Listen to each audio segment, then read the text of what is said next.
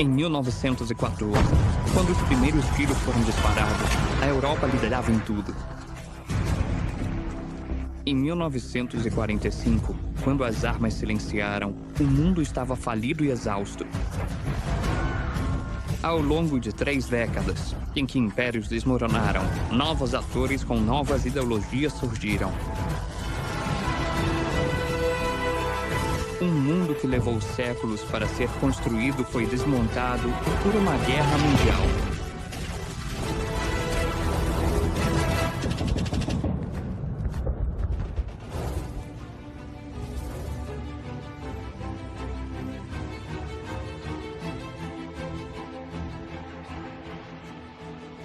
A Alemanha entrou na guerra acreditando que poderia derrotar a França rapidamente. E assim, antes da guerra, eles haviam planejado um ataque relâmpago contra a França, achando que conseguiriam em menos de 6 semanas. Esse era um plano que realmente tinha pouquíssima margem para erro. Me parece que, na melhor das hipóteses, eles se baseavam em pensamento ilusório, o que não é uma base muito sólida se você vai entrar em guerra com seus principais inimigos. A Alemanha podia até estar pronta para agir, mas no final de 1914, a linha de frente no oeste estava em impasse.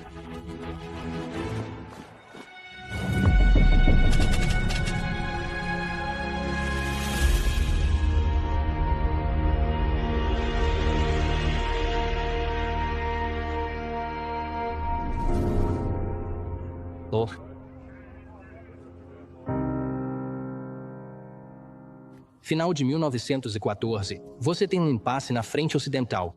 Você tem 2 exércitos, 3 se contarmos os britânicos, que não conseguem avançar um contra o outro. Eles estão exaustos, eles não têm poder de fogo, eles não têm armas suficientes, eles não têm mais efetivo, então precisam se entrincheirar. Eles precisam se proteger no solo, o que significa que você tem esse mundo estranho e perturbador da guerra de trincheiras.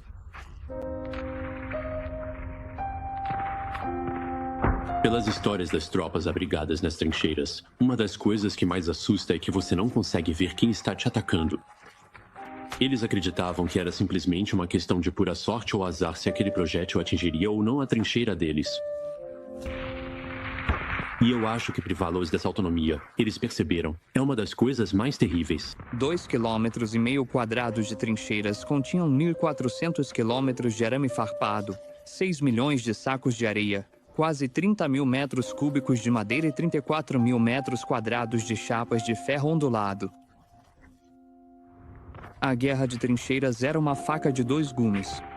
Ela protegia o exército, mas também era um fator na incapacidade das tropas de avançar.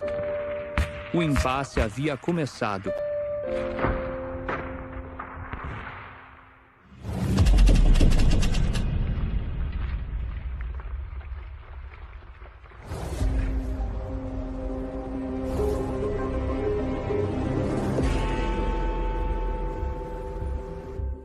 Já em 2 de janeiro de 1915, o Marechal de Campo Kitchener, um oficial sênior do exército britânico e conde, escreveu para Sir John French, o comandante da Força Britânica. Kitchener escreveu que as linhas alemãs na França podem ser consideradas uma fortaleza que não pode ser tomada de assalto. Kitchener pode até ter se tornado o rosto da Primeira Guerra Mundial, mas ele não estava disposto a enviar britânicos para uma batalha que não poderiam vencer. O problema é que você também não podia contornar os flancos, porque em uma ponta da frente estava o mar, dominado pela Marinha Real. E na outra ponta, você tinha a neutra Suíça, que mesmo se você ignorasse a neutralidade, é muito montanhosa e não é um bom terreno para campanhas militares. Mais métodos inovadores poderiam ser tentados. Gases asfixiantes foram usados na frente ocidental em 22 de abril e imediatamente se tornaram um símbolo da atrocidade da guerra industrial. Gás venenoso e trincheiras não eram as únicas coisas com as quais os soldados tinham que lidar. Esta foi uma guerra diferente de qualquer outra travada na história moderna. As tecnologias militares mudaram na virada do século. Você tem artilharia de tiro rápido, rifles, metralhadoras, armas características da Primeira Guerra Mundial. A metralhadora foi descrita como a essência concentrada da infantaria, e ela tornou possível disparar munição em velocidades, ritmos e densidades nunca antes vistos na história da guerra. Ela aumentou muito a vantagem das posições defensivas, e é por isso que pensamos na Primeira Guerra Mundial como caracterizada pela Guerra de Trincheiras, onde as linhas de avanço mal se moviam durante meses e até anos, porque posições bem entrincheiradas, defendidas especialmente por fogo de metralhadora, eram extremamente difíceis de conquistar, considerando os padrões convencionais herdados de como se travava uma guerra. Você tem um motor de combustão interna sendo aplicado à guerra, aviões e veículos motorizados. Em 1914, evoluindo para o tanque, a arma inovadora mais famosa da Primeira Guerra Mundial, à medida que o conflito se desenvolvia e ficava estagnado no campo de batalha. Então, em termos de tática e tecnologia, é a Primeira Guerra moderna. Não dá realmente para olhar além disso, e também muda profundamente essas sociedades em aspectos sociais enormes. Então, eles mobilizaram praticamente toda a população masculina ativa da Rússia durante a Primeira Guerra Mundial. No início, o exército regular de jovens que já estavam servindo foi o primeiro a se apresentar. Mas depois eles começaram a recrutar as tropas da reserva. Eles estavam convocando garotos de 19 anos e homens com mais de 40, então cerca de 14 milhões de homens foram mobilizados. Havia uma necessidade de mobilizar massas de tropas.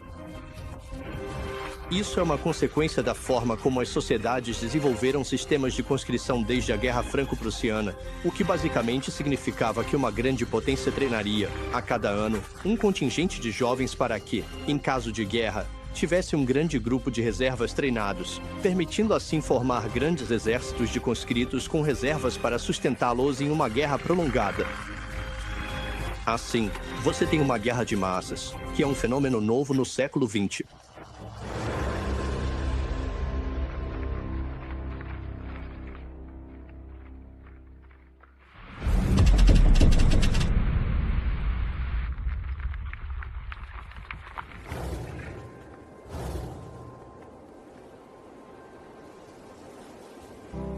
Em 25 de abril, o Império Otomano enfrentou uma prova difícil com as tropas aliadas garantindo uma frágil cabeça de praia na península de Gallipoli.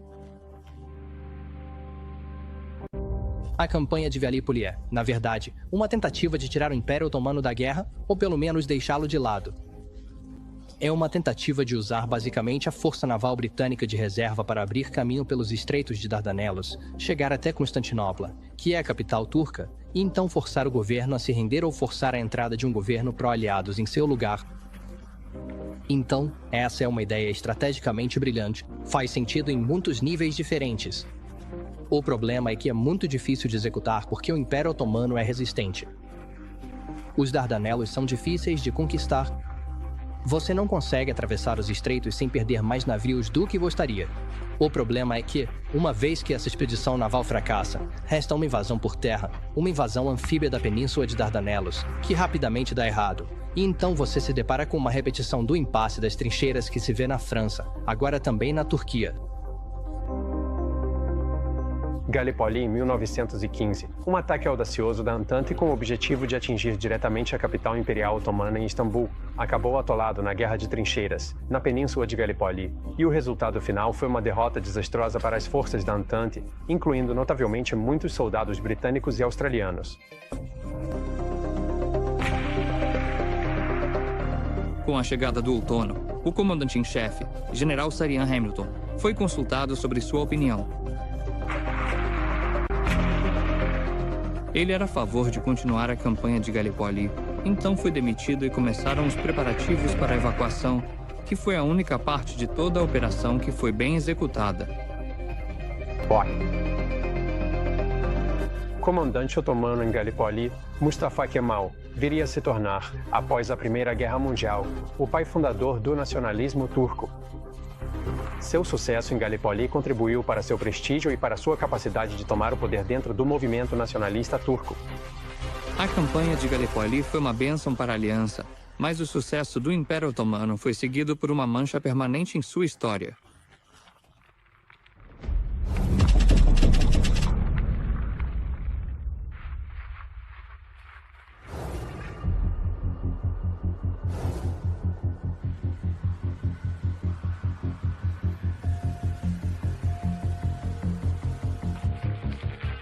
Das 4 milhões de mortes sofridas pelo Império Otomano na Primeira Guerra Mundial, menos de 800 mil eram soldados. Os milhões de civis incluem as vítimas do que a história conhece como genocídio armênio. Durante a Primeira Guerra Mundial e até mesmo nos anos que a antecederam, de 1912 a 1914, o nacionalismo turco tornou-se cada vez mais intolerante com as minorias, principalmente a minoria cristã armênia, contra a qual foi perpetrado um genocídio durante a Primeira Guerra Mundial. Pelo menos 1 milhão de armênios foram mortos, um crime não punido e ainda em parte negado. Segundo o almirante Canaris, quando Hitler foi questionado sobre o tratamento que pretendia dar aos poloneses, ele perguntou, na final, quem hoje fala sobre o extermínio dos armênios? A violência, ou assentamento forçado, percorre essa história como um fio encharcado de sangue. Os armênios, e depois judeus, eslavos e ciganos, foram vítimas dessa abordagem genocida. Versalhes tentaria resolver o problema das minorias redesenhando as fronteiras. Os pacificadores de 1945 foram mais práticos. Eles mandaram as minorias para onde seu grupo era a maioria.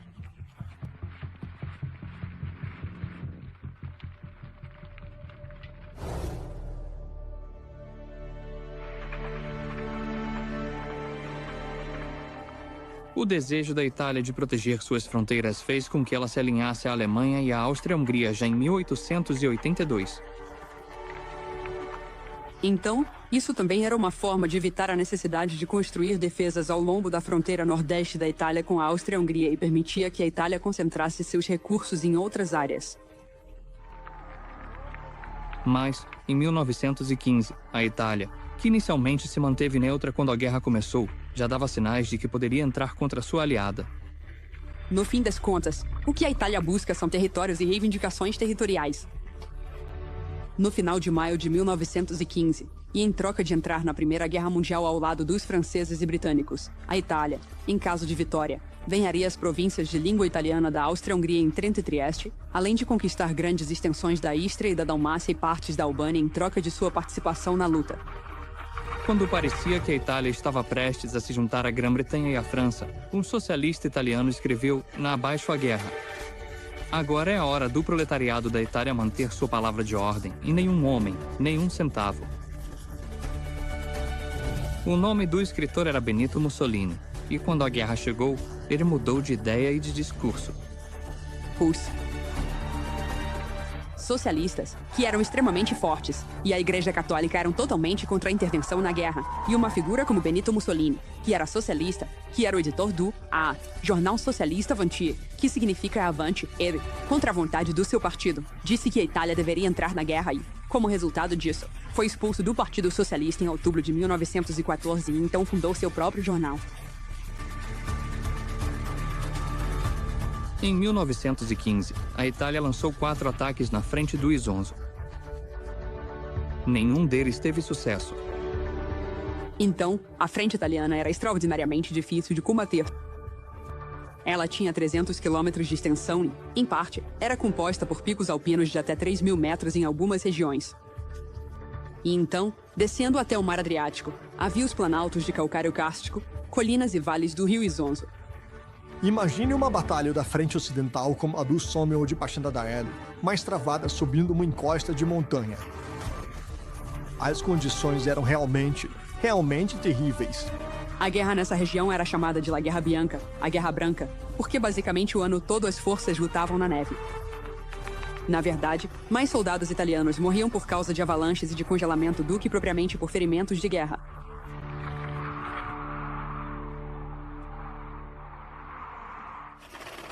Na ofensiva franco-britânica de Artois, de 9 de maio a 18 de junho, os franceses perderam 102 mil homens. Os alemães, 73 mil. No leste, uma grande campanha envolvendo tropas alemãs e austríacas na Galícia começou em 2 de maio.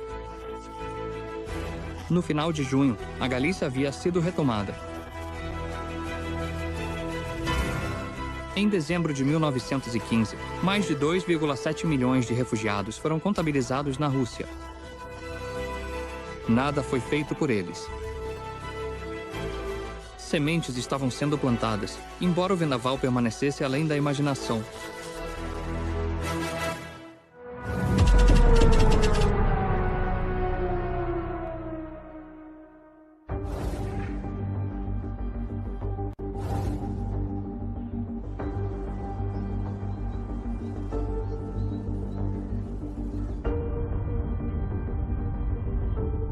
No dia 21 de fevereiro de 1916, os alemães dispararam 1 milhão de projéteis, dando início à Batalha de Verdun. Em 25 de fevereiro, os alemães tomaram o Forte do Walmont, considerado o ponto-chave da defesa de Verdun. Os franceses enviaram reforços às pressas e colocaram Philippe Pétain no comando. Assim que chegou lá, ele percebeu que Verdun precisava ser mantida e que era necessário organizar um sistema que permitisse ao exército francês lutar essa batalha, essencialmente imposta pela Alemanha, sem sofrer exaustão física e moral. Então, ele criou um sistema em que as tropas serviriam em Verdun por períodos curtos de tempo. Ele fazia um rodízio das reservas francesas entrando e saindo da batalha por meio de um sistema que chamou de Sistema Nora ou Sistema da Roda d'Água.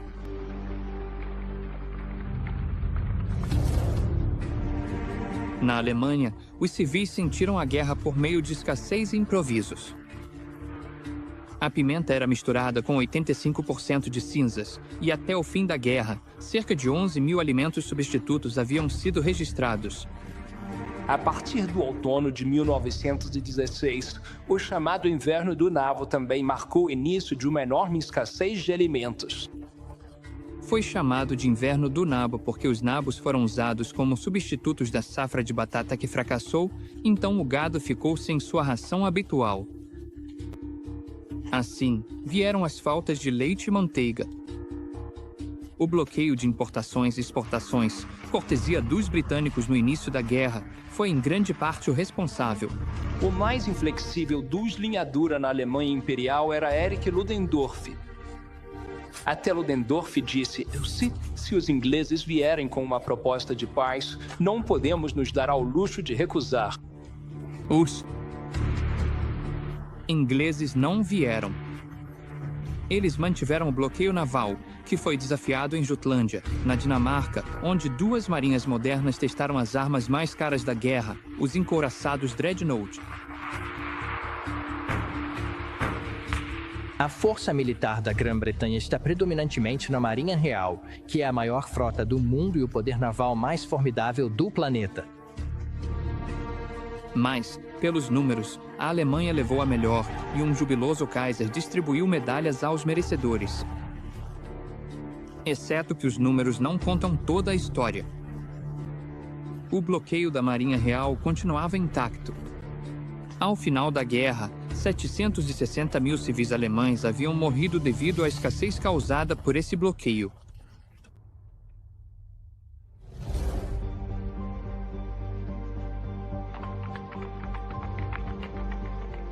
Uma ofensiva de verão para aliviar a pressão sobre os franceses em Verdun, mas sem outro objetivo estratégico claro, foi lançada em 1º de julho. O 4º Exército Britânico, com o apoio de 5 divisões francesas, atacou em uma frente de 24 quilômetros ao norte do Somme. Não há realmente um grande objetivo territorial em 1916. Na verdade, é só uma tentativa de realizar um ataque conjunto, romper a linha de frente, mas eles ainda não conseguem alcançar os objetivos do primeiro dia quando a batalha termina. E assim, a batalha se torna mais um moedor de carne de desgaste, provavelmente com uma das piores taxas de baixas de qualquer batalha da Primeira Guerra Mundial. O dia 1º de julho foi o mais sangrento da história do exército britânico, 57.470 baixas, incluindo 19.240 mortos.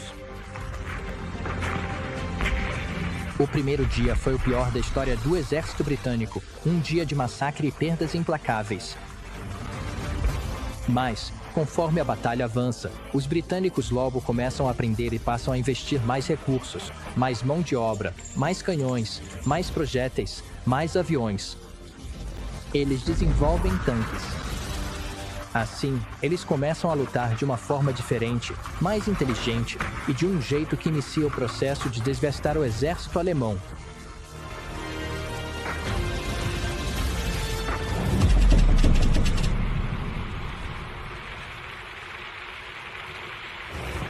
Chuvas torrenciais alagaram as trincheiras enquanto os homens esperavam. O calor intenso do verão os exauria quando avançavam para fora das trincheiras. Parecia quase que nada havia sido deixado de lado para garantir que o que viria a seguir fosse um desastre. Os homens avançavam quase ombro a ombro, como teriam feito 100 ou 200 anos antes para enfrentar Napoleão ou lutar por Marlborough. Avançando 25 anos para a Segunda Guerra Mundial, Montgomery, Rommel ou Patton podiam usar o rádio para dar ordens às unidades na linha de frente. Isso simplesmente não era possível na Primeira Guerra Mundial. Então, em vez disso, tudo o que os comandantes podiam fazer era planejar, muitas vezes em grande detalhe, e depois entregar a execução do plano aos seus subordinados, que podiam ou não se sair bem.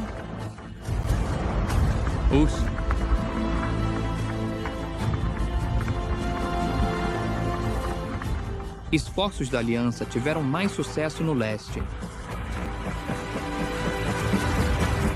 Em junho de 1916, o general Brusilov lança uma ofensiva principalmente contra os austro-húngaros, que ficou conhecida como Ofensiva Brusilov, alcançando avanços espetaculares.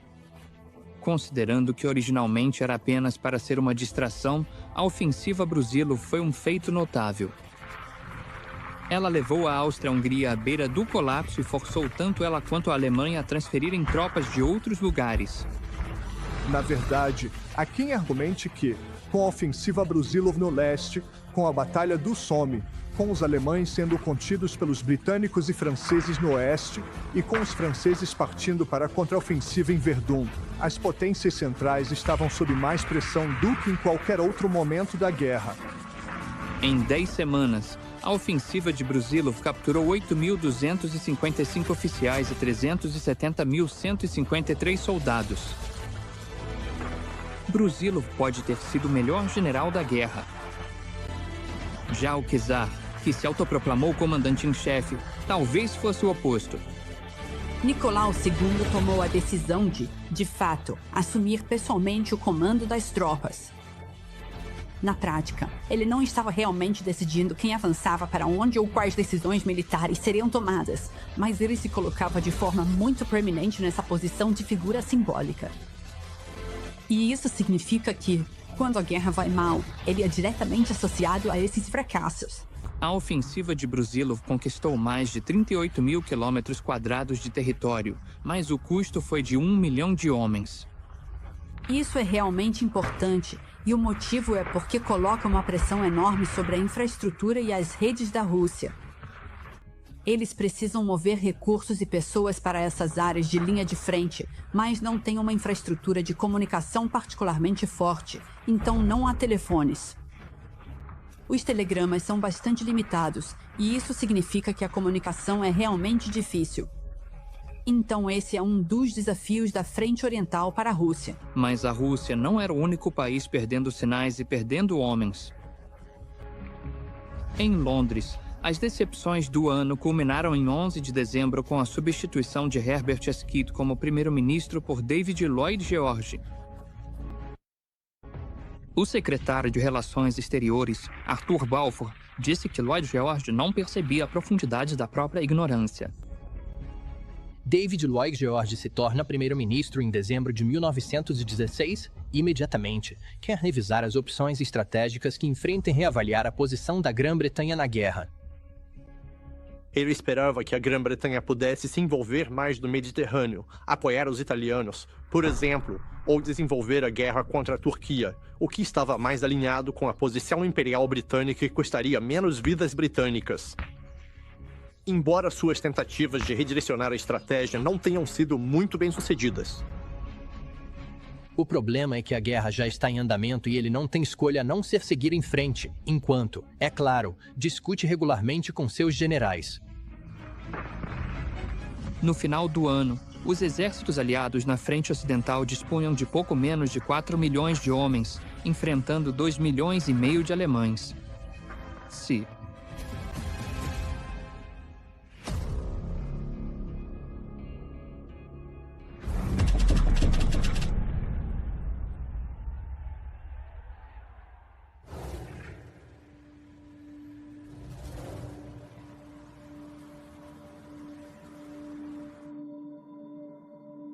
Algum mês pode ser considerado uma dobradiça sobre a qual a história girou. Março de 1917 deve ser um dos principais candidatos.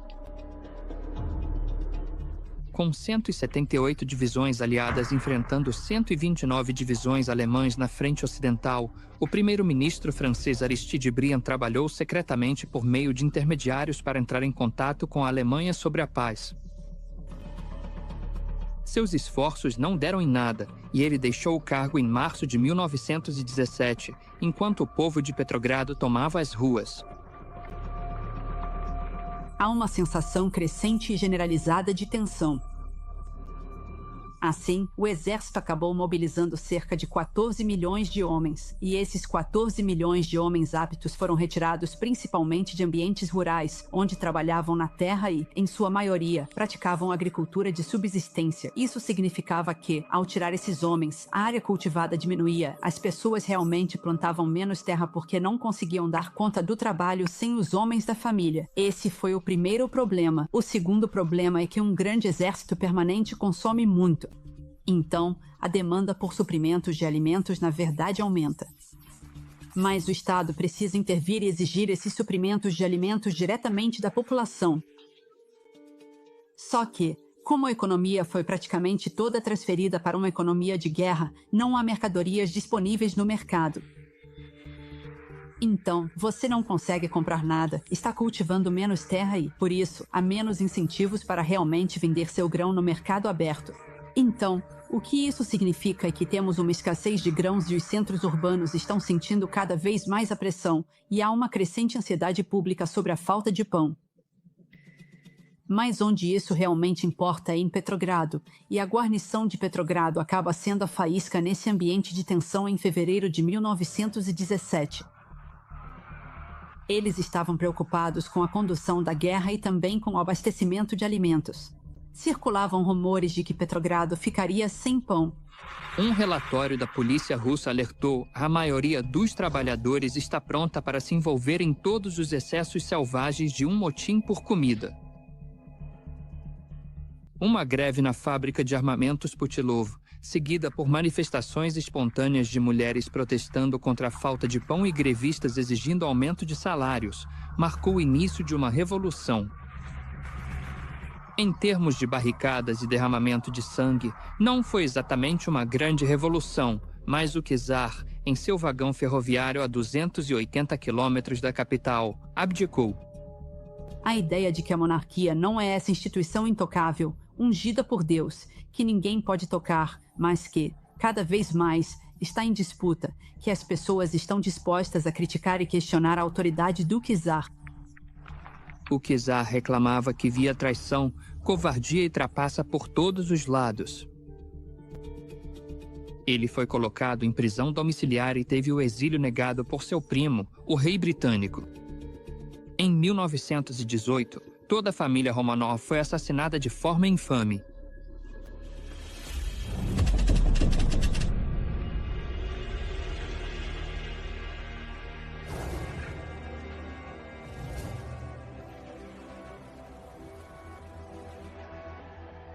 Em 22 de março, 77 cidades já haviam criado sovietes, e centenas de anos de domínio czarista foram varridos com a mesma decisão de uma amputação.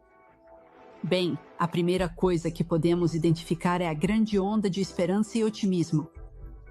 As pessoas estavam empolgadas com a Revolução de Fevereiro, e as notícias sobre a Revolução de Fevereiro se espalharam por todo esse enorme império, lenta e constantemente, mas de forma inexorável, à medida que as estações de telégrafo por todo o império começaram a vibrar com a notícia de que a autocracia havia caído. Um governo provincial moderado tentou governar e continuou com a guerra. E uma espécie de governo liberal chega ao poder sob o comando de Kerenc. E Kerenk mantém seu acordo com seus aliados, Grã-Bretanha e França, e lança uma nova ofensiva no verão de 1917, que não vai tão mal considerando os padrões da Frente Oriental. Mas, mesmo assim, é a gota d'água para o exército russo. O exército russo entra em colapso, com motins e derrotas. Isso mina fatalmente o governo de Kerenk, e isso, por sua vez, cria as condições para que Lenin e os bolcheviques tomem o poder em novembro daquele ano. Os bolcheviques, de forma inteligente, prometeram uma nova era de paz. Estamos falando de um esforço de guerra que estava fracassando, derrota após derrota contra os alemães. Estamos falando de uma situação em que o abastecimento de alimentos estava em situação desesperadora, os preços subiam, as pessoas estavam extremamente insatisfeitas e buscavam soluções cada vez mais radicais. E há muito pouca resistência inicialmente à tomada de poder pelos bolcheviques. Um sargento gravemente ferido em outubro voltou para a linha de frente em dezembro. Nas palavras dele, conversando com os homens, percebi que eles não estavam ansiosos para sentir cheiro de pólvora e não queriam a guerra. Eles já tinham outros pensamentos sobre terra e paz. Em 23 de novembro de 1917, Lenin e Trotsky solicitaram um armistício. Os alemães não conseguiram entender imediatamente o propósito.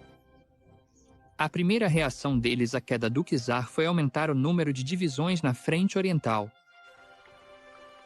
Quando eles iniciaram uma ofensiva em fevereiro, praticamente não encontraram oposição. Esta é a guerra mais estranha que já vi, disse o político socialista Adolf Hoffmann. Na primavera, na frente ocidental, os alemães haviam realizado uma retirada. A reestruturação da frente deles desorganizou completamente os planos aos quais os aliados se apegavam teimosamente. Em 16 de abril, foi iniciada a ofensiva Nivelle, idealizada por Robert Nivelle, comandante-em-chefe do exército francês.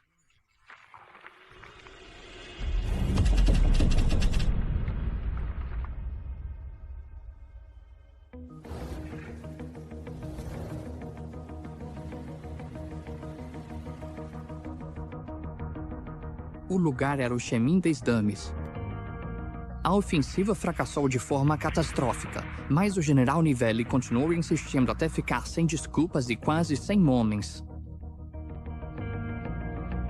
Os motins nas fileiras do exército francês começaram em 3 de maio.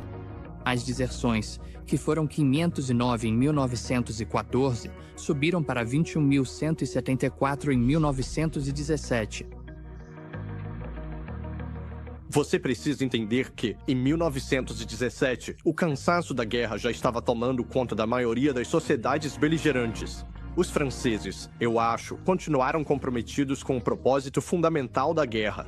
No entanto, eles estão começando a perceber os custos adicionais disso, a perda de vidas humanas nos campos de batalha.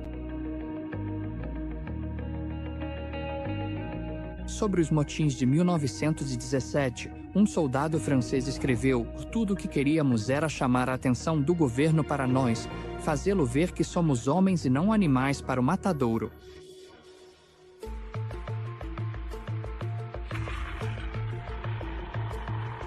E a campanha de submarinos irrestrita da Alemanha levou os americanos a entrarem de fato na luta.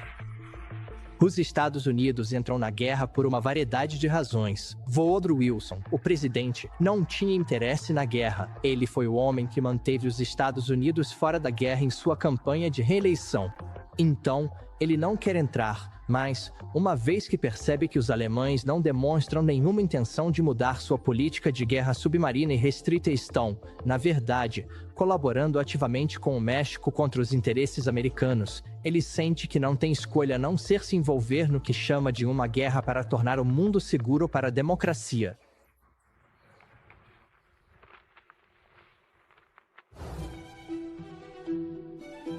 Quando os Estados Unidos finalmente decidiram entrar na guerra, em abril de 1917, não tinham nenhum exército permanente de relevância. Então, a consequência imediata da declaração de guerra americana foi bem precária, porque os Estados Unidos não tinham recursos para colocar em campo até bem depois de abril de 1917. Por isso, os Estados Unidos tiveram que aprovar uma lei de recrutamento. Foi preciso realmente formar o exército. Foi necessário treiná-lo, equipá-lo e, depois, enviá-lo através do oceano. E nenhum contingente significativo de forças americanas chegou à Europa até cerca de um ano depois, em 1918.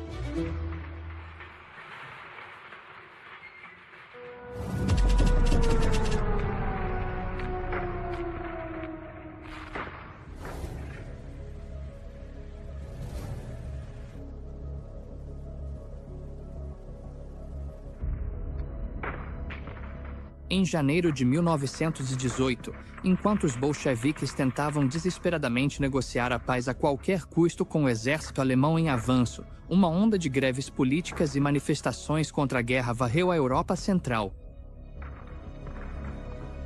No Tratado de Brest-Litovsk, assinado com a Alemanha em 3 de março, a Rússia perdeu mais de 750 mil quilômetros quadrados de território e 5 milhões de pessoas, 1/3 de sua produção agrícola e 70% de seu carvão e minério de ferro. A Alemanha venceu a Primeira Guerra Mundial. Parte 1. Se é que podemos dizer assim. Eles venceram no leste. Se eles tivessem garantido seus ganhos naquele momento, se tivessem chegado a um acordo com os aliados ocidentais, ainda assim teriam sido, de longe, os vencedores da Primeira Guerra Mundial. E então Ludendorff, com o apoio de Hindenburg, decide que vai aproveitar essa oportunidade para mover divisões do leste para o oeste para aquele ataque decisivo na França na primavera de 1918. Então, para os aliados, o colapso russo é o pior pesadelo possível. Felizmente, o colapso da Rússia é compensado, por assim dizer, pela chegada dos americanos. No final de maio, Ludendorff avançou novamente, com a Operação Blücher cruzando o rio Aisne no dia 30 do mês, chegando ao Marne.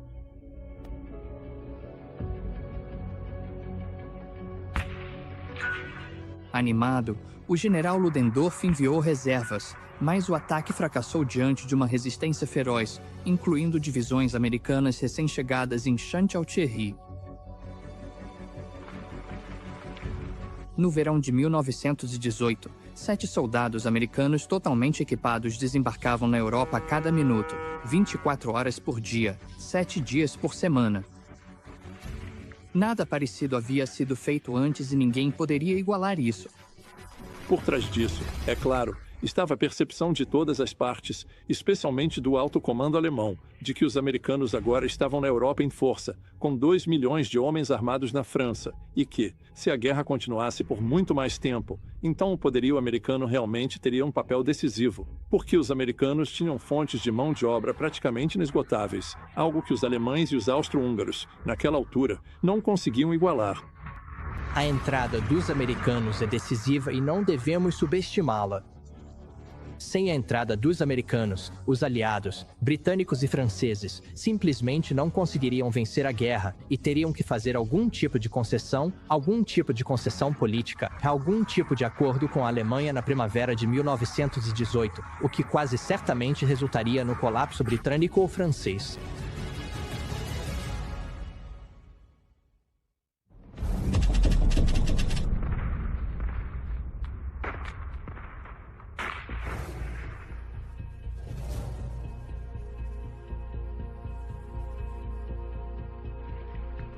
A contraofensiva aliada começou em 8 de agosto, chamada pelo general Ludendorff de o Dia Negro do Exército Alemão. A ofensiva dos 100 dias é a contraofensiva dirigida pelo general Ferdinand Foch, que derrotou os exércitos alemães no norte da França e na Bélgica, ao mesmo tempo em que os expulsava dos territórios franceses e belgas ocupados. Isso mostra como a guerra havia evoluído desde 1914, passando de métodos essencialmente da Guerra Franco-Prussiana para os métodos modernos que iriam caracterizar as guerras do século XX. Ao final do primeiro dia, uma brecha de 24 quilômetros de largura havia sido aberta nas linhas alemãs. Estamos no fim dos nossos recursos, disse o Kaiser. Nos últimos 4 meses da guerra, 385 mil alemães se renderam na frente ocidental, mais do que nos 4 anos anteriores. Nesses mesmos 4 meses, estima-se que 750 mil soldados desertaram. Eles voltaram para casa. A guerra era uma guerra entre grandes potências, mas em 1918 ela se tornou uma guerra bem diferente. Ela se tornou uma guerra pelo futuro. Mas esse futuro não pode ser decidido até que haja uma decisão militar. A coalizão das potências centrais já não funciona realmente como uma coalizão em 1918. A Alemanha está forçando seus aliados a continuarem na guerra, mas os austríacos, os búlgaros, os turcos, todos sentem que já chega. Eles querem sair da guerra. Então as potências centrais desmoronam como um castelo de cartas. As forças das potências centrais estavam em apuros desesperadores em todos os lugares. Um comunicado do exército austro-húngaro tranquilizou os soldados. Vermes na comida não causam dor de estômago. Não eram só os soldados que sofriam com a falta de comida, na verdade. Eles estavam sendo alimentados melhor do que suas famílias em casa. Mas quando você recebe cartas, sua esposa escrevendo que as crianças estão com fome, que não consegue carvão suficiente, seu moral vai cair. Os combates no Oriente Médio chegaram ao seu clímax. Em 19 de setembro, o comandante aliado general Allenby iniciou a ofensiva que derrotaria os exércitos turcos e forçaria a rendição em 31 de outubro. O antigo Império Otomano seguiria o mesmo destino dos Romanov. Impérios construídos ao longo de séculos, destruídos por uma guerra mundial. O mundo do futuro começava a tomar forma.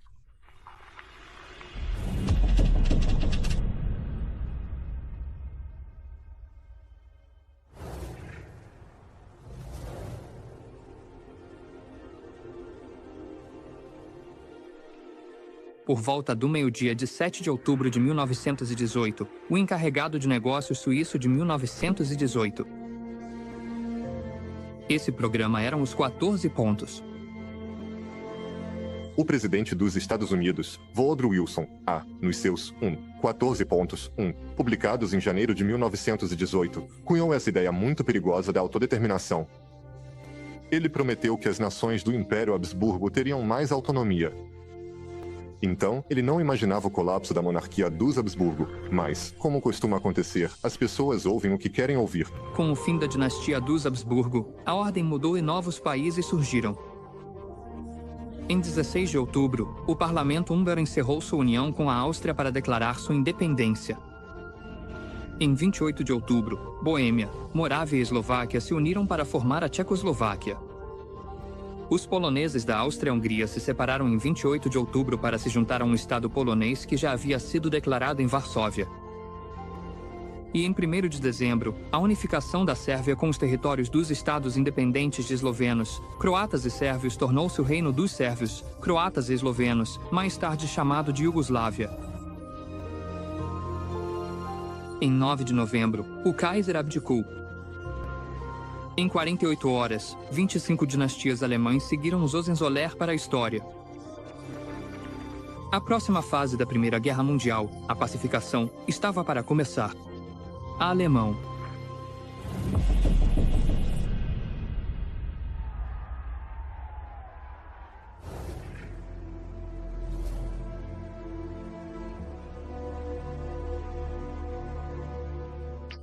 E aliados se encontraram em Compiègne às 5 horas da manhã do dia 11 de novembro para assinar o armistício que entrou em vigor às 11 horas do mesmo dia. Impérios ao redor do mundo seriam varridos do mapa. A Alemanha foi a primeira. Clemenceau, o primeiro-ministro francês em 1918, resumiu tudo na frase que cunhou: a grandeza e a miséria da vitória. Nesse mesmo dia, Carlos I da Áustria renunciou a qualquer papel nos assuntos de Estado da Áustria e, um dia depois, fez o mesmo com a Hungria.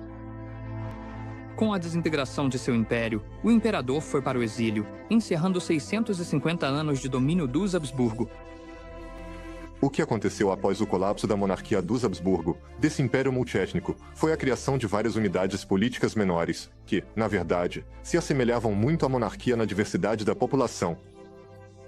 Então, na verdade, pouca coisa mudou.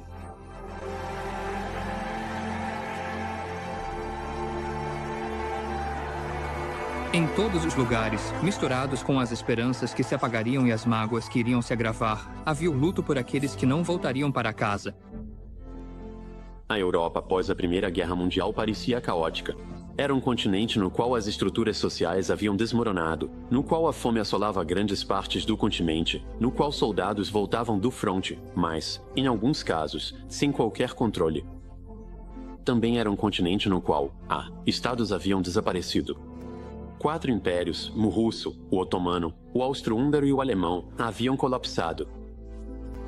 E os novos estados, que estavam surgindo desses impérios estavam apenas no início de sua existência. A autoconfiança europeia nunca se recupera de 1914. E vemos um mundo que agora lida com novas ideologias de autodeterminação nacional, movimentos de independência dentro das colônias.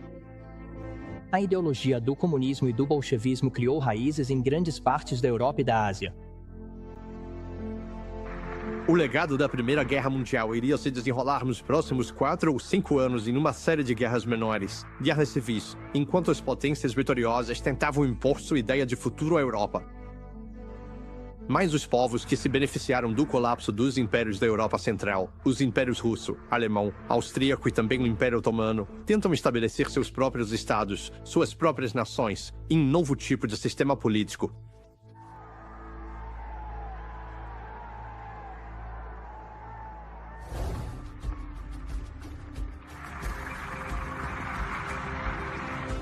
Quando a guerra terminou, um cabo do regimento bávarolista estava temporariamente cego por gás em um hospital. Ao ouvir a notícia do armistício, ele achou que era a maior vileza da história.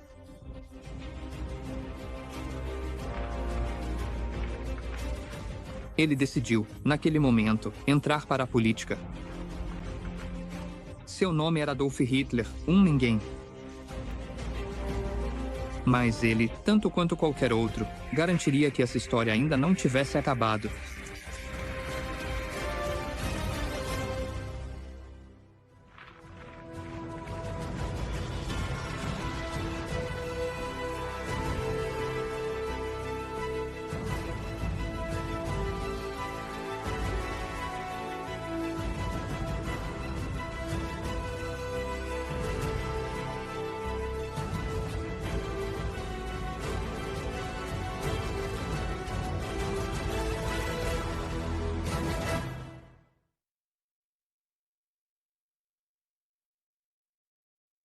A Casa Branca havia entregue a mais recente proposta de paz da Alemanha.